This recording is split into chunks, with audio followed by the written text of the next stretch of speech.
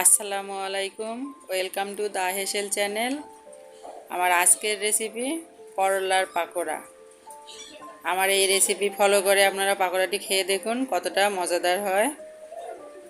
আমি প্রথমে করলা পরিষ্কার করে ধুয়ে নিয়েছি, তারপরে চিকন চিকন করে কেটে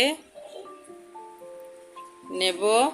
কেটে নেওয়া হয়ে গেলে তারপরে সমস্ত মশলা দিয়ে দেব একে একে।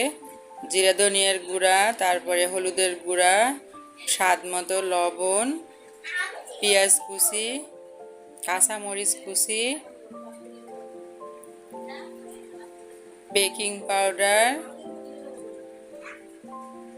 লাল মরিচের গুঁড়া,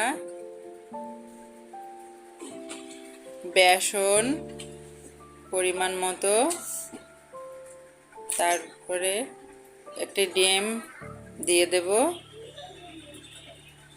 দেওয়ার পরে সমস্ত উপকরণ একসঙ্গে মেখে নিয়ে সুন্দর একটি পাকোড়ার শেপে ভেজে নেব।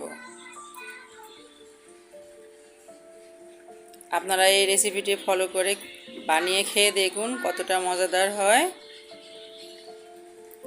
আপনারা করলার রেসিপি খাচ্ছেন না অন্য কিছু খাচ্ছেন বুঝতেই পারবেন না, এতটাই মজাদার হবে।